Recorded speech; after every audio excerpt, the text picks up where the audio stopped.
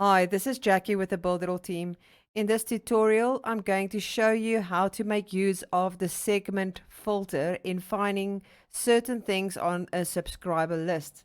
So we're going to click on See Lists, and then we're going to make use of the trading list right here at the bottom. We're going to go and click on Subscribers. Right here, you'll see Segment Filter, and that is to search everybody in this specific list. Maybe they've got a specific tag to them, and the tag that I'm looking for is webinar. So I need to see which of these has got the webinar tag. So we're going to click on search, on condition.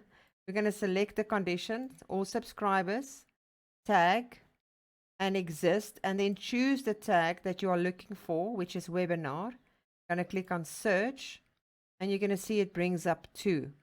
If I want to see maybe something else, let's say training, we're going to click search.